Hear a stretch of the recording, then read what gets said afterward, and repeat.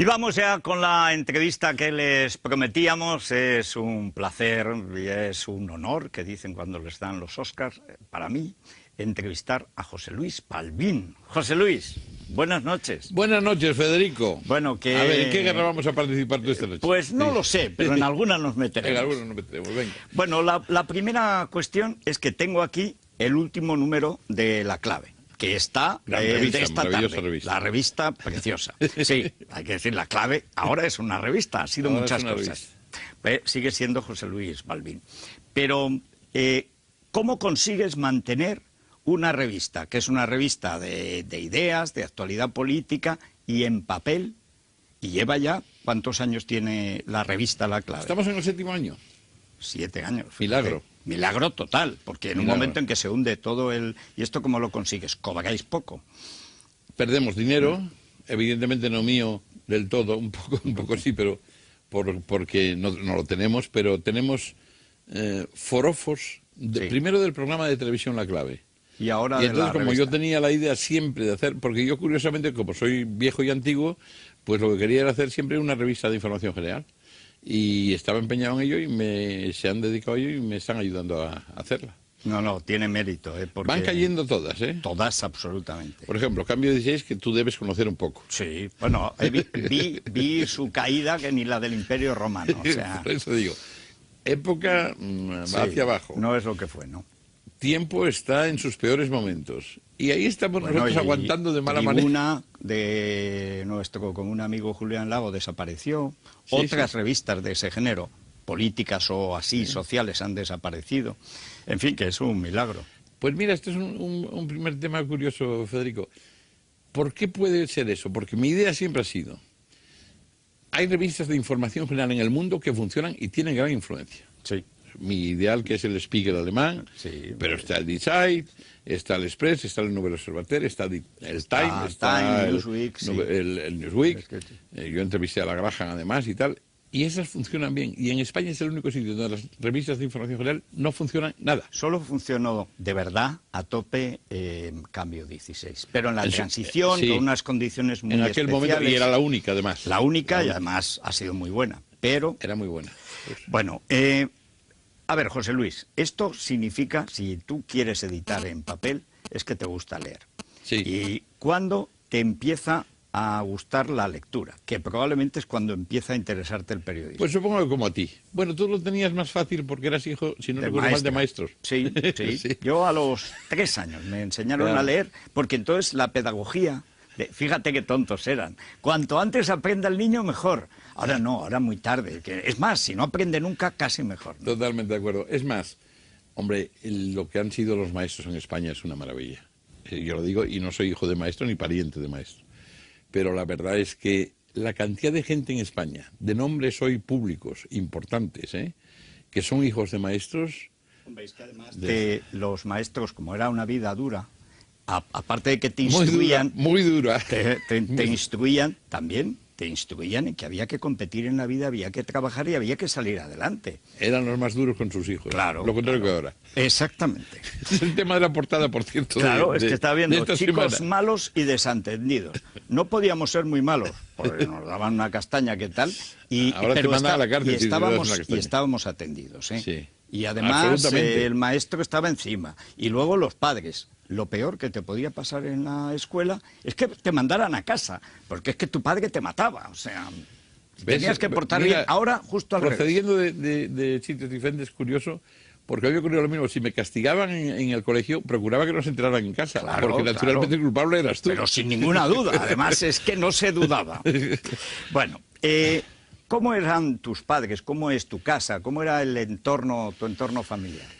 Bueno, mi entorno, y por eso efectivamente yo aprendí a leer y la afición a la lectura, evidentemente de muy niño también, porque, hombre, para empezar por una cosa muy sencilla, que también deberían practicar y entonces se practicaba, que es que un castigo que había en mi casa era no leer en el mes más que libros de estudio. Nada más. Caramba. O sea, el que dice, este mes no lees novelas, o este mes no lees TVOs, y claro, entonces era un premio leer, ¿no? Y entonces, efectivamente, yo recuerdo siendo un niño, somos un montón de hermanos, somos 7, los 3 mayores, que había una diferencia con el resto de edad, los tres mayores, los dineritos que nos daban al mes los reuníamos entre los tres para comprar entre los tres la mayor cantidad de cuentos posibles. O sea que... Bueno, bien. O sea que ya entonces tenías buena mano para llevarte con la gente. Pues siempre me han mirado la sociabilidad. No, yo era el malo. Ah, sí. De los tres mayores, los otros dos eran ejemplares y yo era un poco la oveja negra. O sea que tú los llevabas... Pero para llevarnos bien, sí. Sí, para llevarnos bien, sí. Siempre hemos sido una familia muy, muy tribal. Tú eres muy asturiano. Sí. Y ¿Lo además... Y ejerces. Sí. Sí.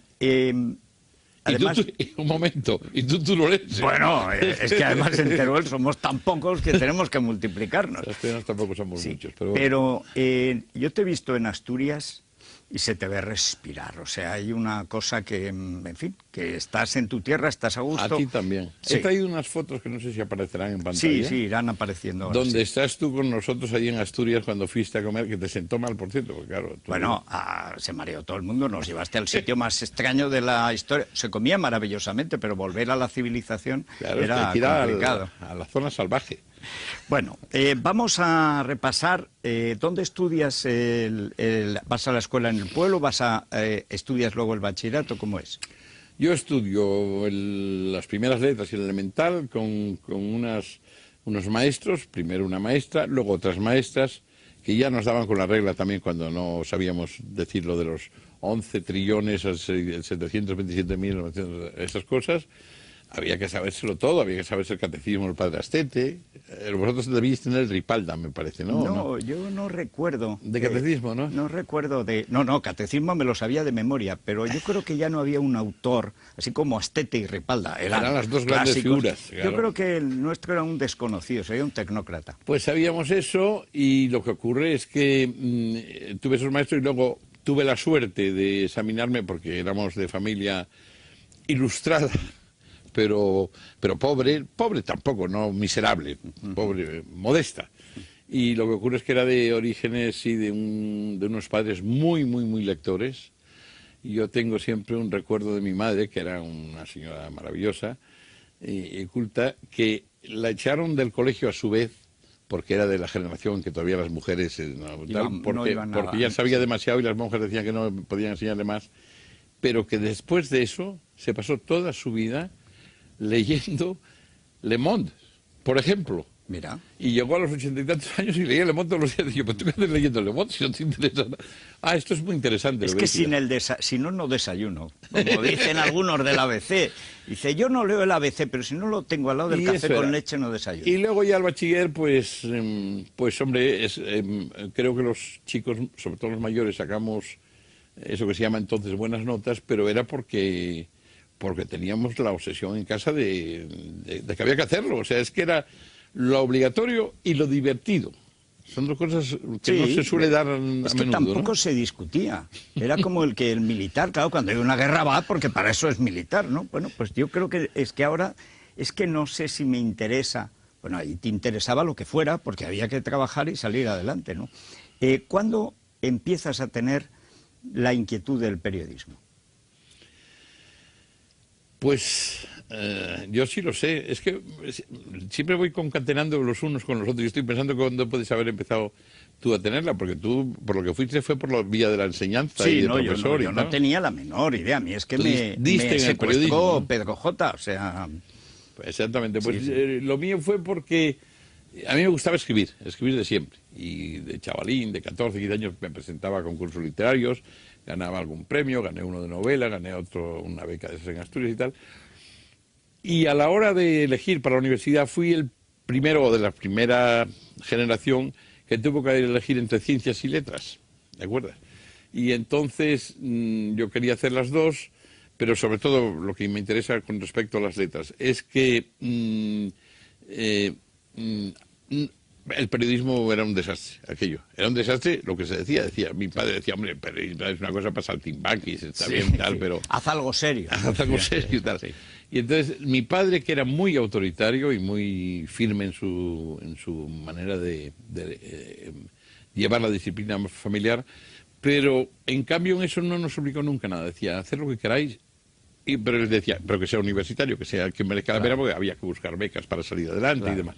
Y entonces yo decidí hacer letras en la universidad pensé en filosofía y letras, eso era la época en que iban solo las chicas y demás, Sí. y esas cosas, pero yo quería hacer ya, de entrada, siempre quería hacer periodismo y letras.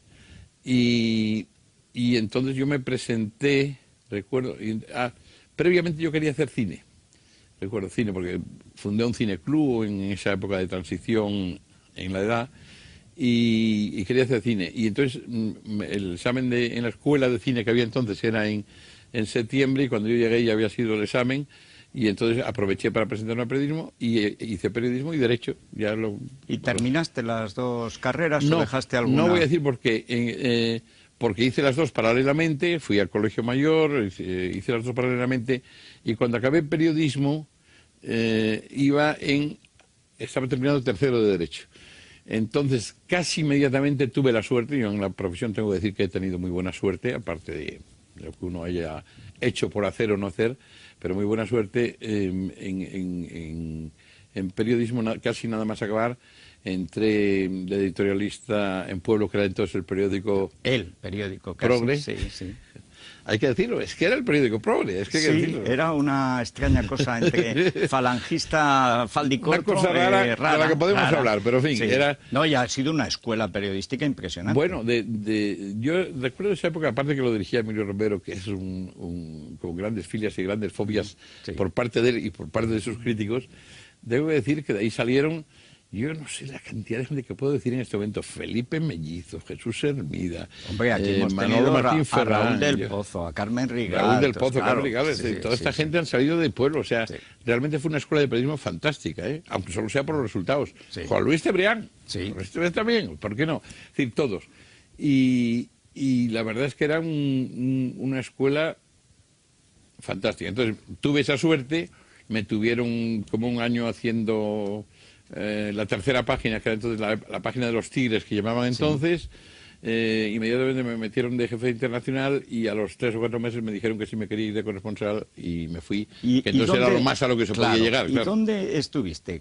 Porque tú entonces serías 20 y tantos años, ¿no? Yo tenía 23 años, me parece. Algo así. ¿Y a qué países vas? Pues a mí me ofrecieron irme sobre eso tengo una anécdota también graciosa. Me ofrecieron irme Emilio Romero había sacado en ese momento al corresponsal que tenía en Nueva York, venía aquí director de un periódico en Madrid, que era Blanco Tobío, y me dijo, ¿te interesa Nueva York y tal? Y yo entonces estaba empeñado en irme a Alemania, y no sé por qué dije, yo prefiero ir a Alemania. Y dice, pero tú hablas Adenauer, y yo digo, hablas alemán, y yo como Adenauer. Yo ya sabía que Emilio Romero no tenía ni idea ni de alemán, ni de francés, ni de inglés, ni de nada. Entonces yo como Adenauer, dice, bueno, pues sí, bueno, pues mira, te va a venir bien a ti y vas a darle suerte a otro. Y es que entonces estaba uno que era lector de español en Berlín, casado con una alemana de Lufthansa, Ya sé cuál. que era José María Carrascal. Claro. Y José María Carrascal, que estaba allí eventualmente porque había desaparecido el corresponsal en Alemania, lo hizo periodista, corresponsal, lo mandó a Nueva York. Y ahí está. Y yo fui a sustituirle a Alemania. O sea que teóricamente yo tenía que haber elegido Nueva York. Y a veces cuando nos vemos, José María y yo, siempre digo, oye, tú a mí me hiciste corresponsal. Y yo digo, Claro, ¿cuántos años estás en esa cosa que era, a veces hacías aparte de digamos, el fijo alemán, pero sobre todo era toda Europa, ¿no? Toda la sí, Mitteleuropa. Yo tenía una inmensa corresponsalía. Tenía desde Europa del Oeste, o sea, desde Europa del Oeste, incluido el mercado, el mercado común de entonces, que estábamos aspirando a entrar en el mercado común, o sea, el Benelux, Alemania, Escandinavia, la Europa del Este, hasta Vladivostok, vamos, O sea, todo. hasta donde quisieras. Y eso me vino muy bien porque la verdad es que durante esos años yo pude hacer y conocer muchísimo, porque claro, yo es que iba a los sitios más raros donde no iba nadie. Entonces, que para ir al este tenías que ir... complicadísimo. Muy complicado. Para empezar no tenías, ni te dejaban entrar ellos, ni te dejaban salir de aquí hacia el este. Sobre todo en Alemania. A ningún sitio. No, Alemania era un sitio muy duro. Alemania del Este, sobre todo, de los más duros. ¿Y en qué momento vuelves? Vuelvo en el año... No. Me echaron. A mí me han echado de muchos sitios, sí, Federico. Y te echaron de pueblo. Me dijeron que me incorporase inmediatamente a Madrid. Y entonces dijiste, pues no me da la gana. Y entonces no me incorporé. Bien. Y ya nunca más. O sea que... Y entonces, tiempo después, quienes me habían seguido por la prensa me dijeron, ¿todavía no te interesaría hacer televisión? La verdad es que a mí me habían ofrecido, antes de irme a Alemania, el mismo día en que yo me iba a Alemania, el mismo día no, la semana anterior, me habían ofrecido irme con los primeros corresponsales que abrió televisión en el mundo. Que fueron, también me acuerdo, entre otros fue Hermida, Nueva York, precisamente. Sí. Entonces, y Que como dice el otro día uno, Hermida, el primer hombre que pisó la luna. más o menos, sí, más o menos. Y entonces me ofrecieron eso, pero estaba mal visto eso de trabajar para televisión. El mundo intelectual, si podemos poner entre comillas lo de intelectual, el mundo intelectual, eso de la televisión, no estaba bien visto. Ahora yo creo que vuelve a estar mal visto, pero sí, hombre, se paga pero mucho menuda mejor. diferencia. Les pagan mejor y hacen cosas mucho más... Mucho peores, mucho peores. Horrorosas. Y entonces yo dije que no, que eso de la televisión no. Pero cuando volví, como insisto, cuando por fin volví de Alemania, entonces me dijeron, ¿no me interesa entrar en televisión? Bueno, me ofrecieron eso. Me ofrecieron volver a Alemania. Yo llevaba ya varios años en Alemania y sobre todo en el mundo del este. Y dije, hombre, ya volver a Alemania. Y yo siempre había tenido la querencia, que probablemente tuvimos todos en esa época, de París. Claro, claro. El intelectual París, el París de los 20, de los 30. Y ya había sido además lo de la revolución del 68 y O tal. sea, que era el de Masperó. Todo eso. Todo, bueno, y tan Masperó, Claro, bueno, sí. eso tengo yo anécdotas con Masperó increíbles. El caso es que ahí dije yo, hombre, yo si me mandáis a París, y me mandaron a París, los de televisión. Y ahí entré. También me echaron. ¿Y ahora por qué? Esta vez me echaron pues porque llegaban las elecciones en las que al final salió Mitterrand. Y entonces el director general de entonces, que si quieres no lo digo, yo prefiero no decirlo, pero Pues vamos, no lo digas. Si no y es que es muy conocido. Y entonces me dijo, hombre, es que esto va a ser las elecciones, ya sabes que aquí repercute mucho en España lo que pase siempre en Francia, y no nos fiamos de lo que tú digas de las elecciones, elige otro sitio cualquiera. Y me mandaron a abrir una corresponsalía que entonces no había en Viena. Y fui a Viena, pero vi otra vez que era lo mismo que yo había vivido tanto Igual. tiempo. Y entonces dije yo, pues no. Y me devolvieron a España y ya hice... Recuerdo que me mandaban a conferencias internacionales, O sea, que no de sabían relleno, qué me mandaban de hacer relleno. contigo. Bueno, ¿en qué momento ves la clave, tienes la idea del programa y cómo te lo aceptan? Bueno, pues en esa época que yo había vuelto, estamos hablando ya del año 71, 72, hacía esas conferencias y comentarios internacionales en televisión, y entonces me está mandando esas cosas, y en un momento me dice, bueno, pero tú no quieres hacer otra cosa. Yo tengo una cierta fama de vago. Injustificada. Justificadísima, sobre todo porque yo la he fomentado todo lo que podía. Sí. A veces me ha salido mal, porque yo eso lo digo muy en plan irónico, sarcástico. Sí, la gente se lo toma en serio. Claro. La gente lo toma en serio. Y ya sabes que en este tipo de medios no se puede hablar con ironía. No funciona. Entonces yo a veces digo que soy vago, lo que lo soy, pero no para lo que me gusta. Para lo que me gusta no soy nada vago, todo lo contrario. Y me lanzo a batallas ahí como esta. Una de las primeras imágenes de la clave, sí. Bueno, qué jóvenes éramos. Hay una cosa... Iba a decir por qué sale la clave. ¿Tú quieres que sigamos con eso o cambiamos? Sí, no, es que hay dos cosas de la clave venga. que sobre todo para la gente muy joven, que sigue Libertad Digital Televisión, es interesante ver. Ahora la gente se mata por audiencias de 2,5 millones, 3 millones, 4. La clave era una época con una cadena y media, como se decía. Bueno, ¿qué podía tener? ¿Cuántos millones lleva a tener de audiencia la clave? Pues la clave 15, 20. en sus momentos álgidos, que fueron, tampoco son todos, hay que decir 4 o 5. Digo los álgidos, por ejemplo, te voy a decir, vísperas de las elecciones donde ganó el PSOE. Primer gobierno del PSOE. La pena de muerte, la desaparición de la pena de muerte. En 4 o 5 momentos la clave llegó a tener 15, 16 millones de espectadores. De entonces. Eso es una cosa que nadie se cree. Sí. Bien, es verdad que hay que decir también que no había más televisión que la española. Sí, por lo tanto, pero bueno, es que era otro modelo, claro. También tengo que añadir que yo nunca quise entrar en primera cadena. Ni en hora eso que se llama en el prime time y tal, porque tan es así que cuando tiempo después yo fui director de informativos o director adjunto de televisión o demás, yo pude hacer lo que quisiera en ese sentido, jamás entré en primera cadena. Porque yo prefería, por qué es? pues por una razón, y que sigo manteniendo, como hago la revista, yo quiero hacer lo que a mí me gusta. procuro que lo que a mí me gusta también interese a los demás, porque tampoco claro. tiene que ser caprichoso.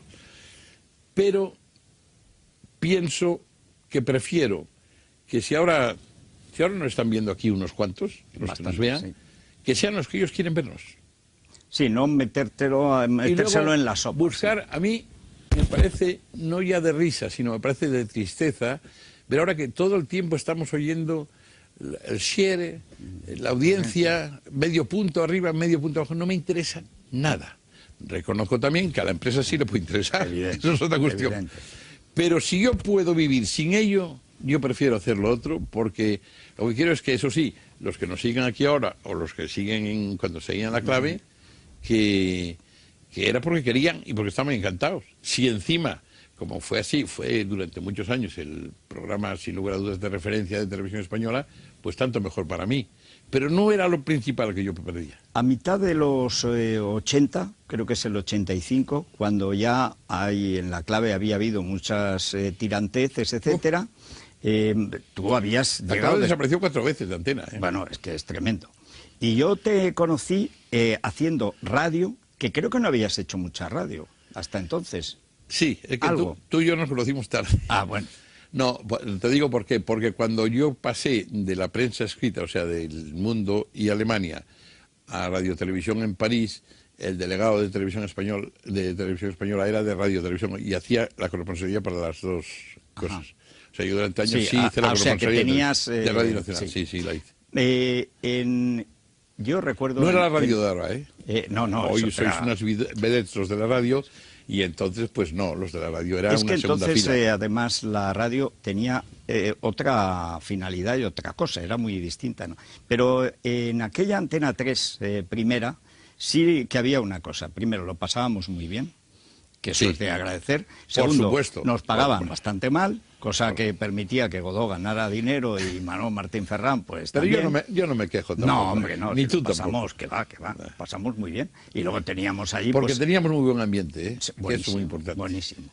Yo recuerdo ahí estaba Antonio, que empezó en la mañana, estaba Luis Herrero, estaba Consuelo Sánchez Vicente dirigiendo informativos. Bajar a cenar después del Sí, programa y, hombre, era muy... Hombre, yo el ambiente... Yo lo que más he hecho de menos en el periodismo actual, en todo, en el escrito, en el hablado, en el televisado, lo que más he hecho de menos es el ambiente entre periodistas. A mí me da un poco de pena cuando veo, y a ti te veo mucho la guerra, por cierto, cuando veo la guerra entre periodistas, porque entonces ya la había. Es decir, evidentemente, Pueblo no era ABC, ni Emilio Romero Ansón, bueno. Pero lo que sí había era una rivalidad que por la noche pasaba. De repente nos íbamos todos al Gijón y estábamos allí metiéndonos unos con otros, pero alegremente. Ahora es que parece que todos dependemos de unos empresarios que están en unas guerras en las que además solo les importa ganar dinero. No les importa nada, nada. Y digo, pues chico, eso es lo que más he hecho de menos, el ambiente, ¿no? Bueno, lo que más he hecho de menos en la hay profesión. un momento que es, claro, pasan los años, vuelves en Antena 3 Televisión, vuelves a hacer la clave. Yo recuerdo algún programa de los últimos tuyos, incluso un programa que nos tiramos toda la noche en unas elecciones, no sé, el 93 o el 96, el 93 tendría que ser, supongo, sí, el 93, que creo que fue el último, o de los últimos. Sí, porque fue en vísperas cuando venía lo del el referéndum a OTAN.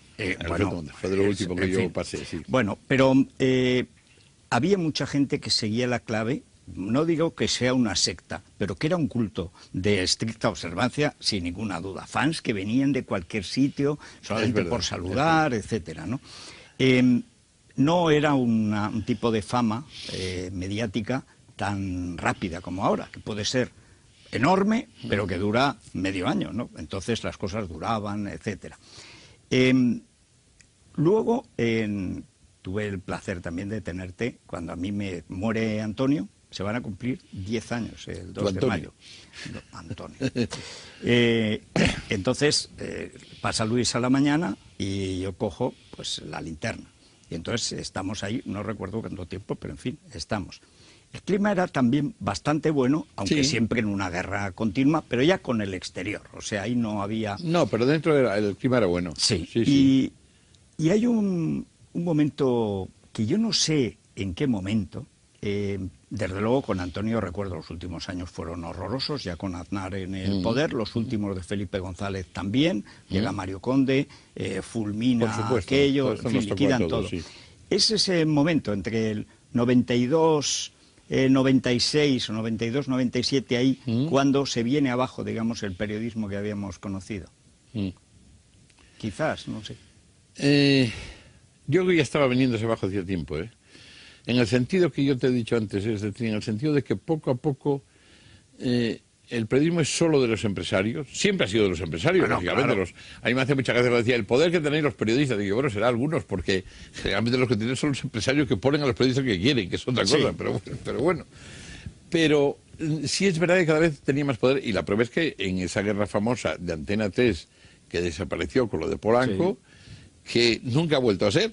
No, claro. Se perdieron los juicios, no sé qué, pero esa mangancia ahí se ha mantenido. Por supuesto, y fuimos a eso, ganamos, pero habéis perdido.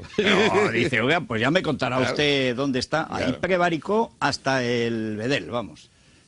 Y ese es el problema, que aquí las fechorías... Eso es lo que me preocupa, que veo que van prevaricando todos. Todos, pero vamos, eso... Pero todos, ¿eh? Sí. Todos. No, están vale. Todos, me lo vas a contar. Vale. O sea, bueno, ¿en qué momento te planteas esta revista? Pues yo, como decimos, vuelvo a los orígenes, yo era de lectura, siempre quise leer, yo había dado en radio y en televisión porque me había salido de pueblo y no tenía alternativa en ese momento... Me habían ofrecido radio y televisión y fui a dar a radio y televisión sin haberlo pedido yo prácticamente. Bueno, lo pedí en un momento dado, lo de París y tal, pero realmente era porque no tenía otra alternativa. Pero siempre tenía la idea de escribir y de la revista de lectura. Máxime, cuando yo había estado en el extranjero viviendo, y mis referencias eran siempre grandes revistas de lectura. Es decir, concretamente he puesto que mi ejemplo siempre es el Spiegel. Mi referencia siempre para es el sentarse y tranquilamente. Pues porque... Primero, me gustaba el periodismo escrito, más que el hablado, aunque yo sea más conocido como tú por la radio, pues yo por la televisión, ¿no? Pero yo soy más amigo del periodismo escrito. ¿Qué ocurre? Que además soy más partidario del periodismo de reflexión. Por ejemplo, yo había trabajado incluso en Piresa antes también. Entonces, en el periodismo escrito hay el periodismo de agencia, que es el inmediato y estar pendiente de las noticias, el periodismo diario, que es un poco menos inmediato, pero casi igual, y el periodismo de reflexión, que es a la semana. Y yo soy más partidario del periodismo de reflexión, el de la información general y la reflexión. Yo recuerdo que me invitaste el día en que se presentó la revista, sí, señor. Que conservo, creo que un llavero, me parece, que nos diste. Entonces, bueno, no lo pierdas, oye. Siempre faltaría más. Y ahora el milagro es que en un ambiente absolutamente poco propicio, pues sobrevive. ¿Cuál es la situación de España en estos momentos? Es decir, ¿cómo ves tú la situación nacional, no solamente en los medios, sino en la política general? Yo la veo muy mal, no solo en los medios y en la política en general, sino en la sociedad en general. Es decir, yo soy antiguo. ¿Qué quieres que te diga? Soy antiguo, me encuentro, viejo no, me encuentro absolutamente joven y dispuesto a guerrear mañana otra vez y hoy y esta tarde. Pero antiguo en el sentido de que, yo por ejemplo, te voy a poner ejemplos más sencillos o más plásticos. Yo recuerdo en mi pueblo, soy de pueblo, en el mercado de los jueves, que iban los tratantes de ganado, tenían unas grandes discusiones sobre cómo era la vaca y no era la vaca, y llegaba un momento que decían, hecho, se daban la mano. Y ni notarios, ni registradores, ni nada. Eso va a misa, y nadie hacía trampa. Ahora, ni con notarios, ni con registradores, ni con jueces, nada. Entonces, eso yo lo he hecho mucho de menos. Por ejemplo, yo he hecho mucho de menos la falta a la palabra dada. O sea, yo he tenido algunos, no tantos como la gente se cree, pero algunos problemas jurídicos o judiciales con las empresas con las que he estado. Algunos, muy pocos. Soy el hombre más disciplinado del mundo. Es decir, jamás falto a mi palabra. Lo que ocurre es que me molesta mucho que se falte a ella. Y entonces es porque recuerdo aquello. Es decir, yo no necesito un notario, necesito tal. Y últimamente, o hace ya bastantes años, me ato mucho los contratos con las empresas que hago. Bueno, tú tenías el mejor abogado de España. Bueno, pero Claro. lo del abogado venía porque recuerdo... porque era bueno, lo digo por ejemplo, porque sí. yo no estoy en televisión, ni he sido jubilado de televisión, no, estoy fuera de televisión, sencillamente, ni he cobrado una indemnización. He cobrado indemnización en un juicio, pero no he tenido jubilación ninguna. Por eso, y creo que tengo algo más, Sí. voy a decir, de mérito en televisión que muchos de los que la dirigen antes y ahora. Bueno, eso empezó cuando de repente quitaron la primera vez la clave y alguien me aconsejó. De izquierdas entonces. Cuando digo izquierda también lo digo entre comillas. Izquierda y derecha yo siempre lo digo entre comillas, que de constancia. Cuando alguien me aconsejó, oye, registra esto porque esto si no Sí. lo van a utilizar. Y Claro. por eso utilicé yo por primera vez el registro de la clave, porque si no lo iban, y verdaderamente lo intentaron utilizar. Y de ahí viene ese interés por los contratos, porque digo, "Oye, ya no me puedo fiar de nadie". Entonces, cuando yo voy a un sitio, procuro que quede muy claro eso, porque es que no me fío de nadie.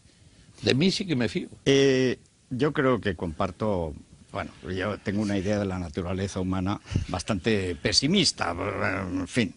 La naturaleza humana, Armando. Sí. Eso es el asunto. Esa es la No es verdad. que la gente sea mala o buena, es la naturaleza La humana. naturaleza humana tiende a ser mala y cuando las costumbres son malas, pues entonces ya empeora, ¿no? Como ahora. ¿Qué veías? Porque yo recuerdo los últimos años que estuvimos trabajando, se veía la cuestión nacionalista como un horizonte preocupante.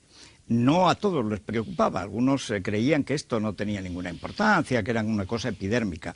Yo creo que ahora ya todo el mundo tiene que ver que la cuestión nacionalista es muy seria en la España actual. ¿Qué crees que va a pasar en esta segunda legislatura de Zapatero? Yo me pongo lo peor, pero no solo por Zapatero ni por la segunda legislatura. Vamos a ver.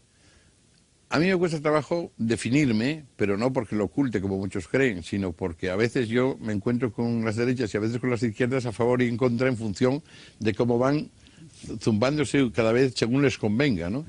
Y porque además ya no sé si las derechas son de derechas o las izquierdas son de izquierdas. O sea, habría que puntualizar cada caso.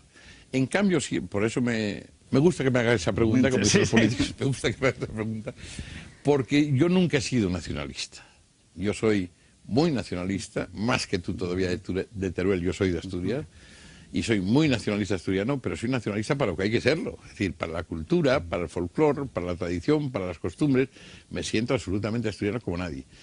Nacionalista político, hombre, ¿qué quieres que te diga? Es decir, me parece que 20 siglos de historia, más los de antes de la historia, para retroceder en el tiempo a hacer lo que hacían los señores feudales, porque eso es lo que ocurre. Sí, en el fondo eso es lo que ocurre. Es decir, ¿qué pasa con los nacionalistas? Aparte de los foros, yo creo que los nacionalistas, muy nacionalistas, son los que son muy forofos, vamos, son forofísimos. Sí, de hecho son hooligans. Pero al final, ¿qué quieren? Que en vez de ser el rey o el presidente de gobierno republicano, lo que sea el de la región o de la provincia. Oye, pues eso era lo que hacían los señores feudales. Es decir, eso, y la aduana, la aduanita. Y la aduanita. Era Fuenteovejuna. Sí. Es decir, es curioso. En la Edad Media, por ejemplo, la gente acudía al rey porque era del que se fiaba. Sí. Es decir, como había un cacique en el pueblo o un conde en el lugar, un tal, que era el que se imponía, entonces, y abusaba de ellos, entonces decían, oye, vamos al rey, que es el que por lo menos nos podemos fiar. Y hacen Fuenteovejuna, todos a una. Y ahora es al revés. Ahora dicen, no, vamos a ver si nos fiamos del cacique del lugar. Y digo, pues me parece un retroceso de 10 siglos. Yo creo que es que el cacique, además, los ha convencido, porque para el cacique es un gran negocio, para la gente es horrible. Y hay hasta otro... ahora sencillamente le cuesta más a la gente. Bueno, y a nivel local, provincial, regional, autonómico y nacional. Todo es multiplicación. Ya que estamos en política, en breves palabras, porque a todo esto llevamos media hora, ¿sabes? O sea, aquí Cuando nos liamos quieras, a hablar y... aquí paramos. No, pero antes me gustaría que me hicieras un bosquejo de Zapatero y de Rajoy.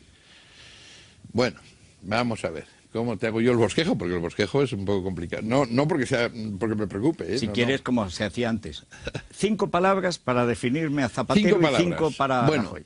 Yo de Zapatero no me fío y de Rajoy me fío. Eso no quiere decir que yo esté más de acuerdo con la derecha que con la izquierda, siempre entre comillas, derecha e izquierda, sino que personalmente a mí Rajoy siempre me he fiado.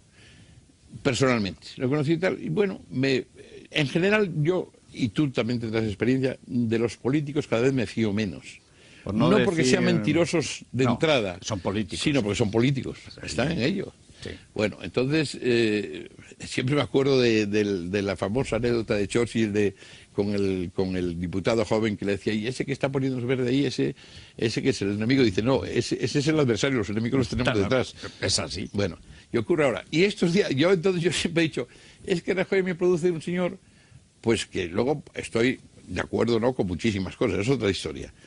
Pero nunca he dicho, al revés, siempre muchos de los que estáis, entre comillas, siempre en la derecha, resulta que luego lo ponéis a parir diciendo, Claro, decís claro. que si no tenía carácter, que si se dejaba guiar por otros, que si los que tal cual. No, eso... Bueno, ahora ha hecho él eso y entonces fastidia mucho. Digo, pues es lo que decían que había que hacer, ¿no? Sencillamente. No, eso decían otros. A mí las renovaciones nunca, pero las ideas sí. No, hay un problema, es decir, en la crisis nacional, ese feudalismo generalizado de taifas. Hombre, bueno, es claro, tremendo. hace falta el único partido nacional que queda, ya es el PP. Si encima nos blandea, pues se Yo lo abajo que la sí sé línea. es que en esta legislatura hasta ahora, la derecha, los suyos, se han quejado de que Zapatero no tenía de que Rajoy no tenía carácter, de que se dejaba guiar, de que no sé qué. Bueno, y que el que lo tenía era Aznar, que era el que mandaba. Bueno, pues ahora ha hecho lo contrario y estáis protestando muchos. Bueno, pero viceversa, también te digo lo de Zapatero. Zapatero es lo contrario. Yo, cuando entraron los dos, recién elegidos los dos, como sucesores respectivos, yo les dediqué, en la revista esta, les dediqué a cada uno un artículo a favor de cada uno de los dos. Pues decía, hombre, a ver si de una vez tenemos Se renueva, tal y cual. tenemos Sí. una política de la que nos podamos fiar independientemente de lo que cada uno pensamos de ella. Y por lo tanto hice un artículo a favor de Zapatero en esa línea. Bueno, yo creo que de Zapatero yo no me fío nada, me parece que... Y entonces a mí una cosa que me preocupa, a mí que tú en otros momentos has dicho, y a lo mejor tienes razón, de que yo soy muy de izquierdas, pero una cosa que me preocupa es que la izquierda que ha gobernado, la izquierda entre comillas siempre, que ha gobernado en este país desde la transición, o sea, con Felipe, es muy mentirosa, es decir, no te puedes fiar de ellos. Yo, por ejemplo, la única vez en mi vida que hice una declaración, hice dos declaraciones en la clave de televisión, dos pronunciamientos. Uno fue contra la OTAN, me costó grandes disgustos, tan disgustos que al final me enfrenté con el gobierno que había.